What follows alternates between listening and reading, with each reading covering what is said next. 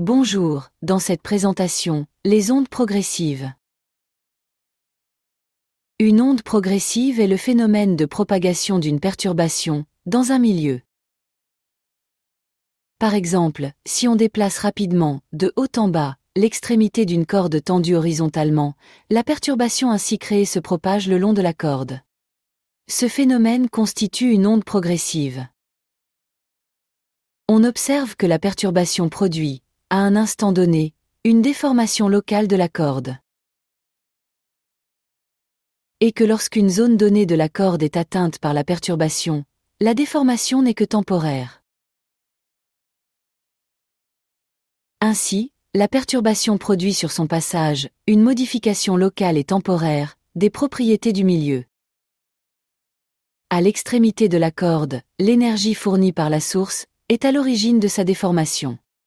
En se propageant, cette perturbation transporte ensuite cette énergie à travers le milieu. On remarque qu'après le passage de la perturbation, le milieu retrouve ses caractéristiques initiales. On en déduit qu'une onde transporte de l'énergie à travers le milieu, sans le modifier durablement. La vitesse à laquelle la perturbation se propage, dans le milieu, est appelée la célérité de l'onde, qui se note généralement c. La célérité d'une onde est une caractéristique du milieu de propagation. Elle est constante si le milieu est homogène. Déterminons, par exemple, la célérité de l'onde progressive sur la corde, visible sur l'animation. Pour cela, on mesure la durée de propagation, ΔT, de la perturbation, entre deux points, A et B, de la corde, séparés d'une distance d, par exemple égale à 4 cm.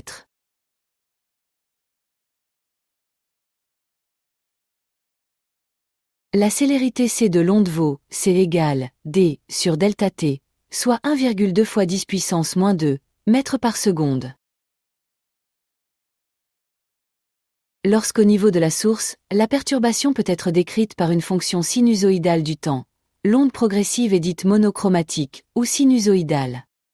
La période t, appelée période temporelle, et la fréquence f égale 1 sur t, d'une onde monochromatique, sont donc imposées par la source. On observe sur l'animation qu'à tout moment, les points de la corde représentés en vert sont exactement dans le même état de perturbation. Il existe ainsi une période spatiale, appelée longueur d'onde, lambda, qui est la distance parcourue par l'onde, pendant une période temporelle t. Lambda égale c fois t, égale c sur f. Dans ces expressions, la célérité c de l'onde s'exprime en mètres par seconde. La période temporelle t s'exprime en secondes. La fréquence f s'exprime en hertz. Et la longueur d'onde lambda s'exprime en mètres. On remarque que la longueur d'onde, lambda, dépend de la célérité de l'onde, elle dépend donc du milieu de propagation. Parmi les ondes progressives, on distingue deux catégories. Les ondes mécaniques, qui nécessitent un milieu matériel pour se propager, par exemple la houle ou les ondes sonores. Les ondes électromagnétiques qui peuvent se propager dans le vide, par exemple la lumière visible, les infrarouges ou les rayons X. Cela vous a aidé?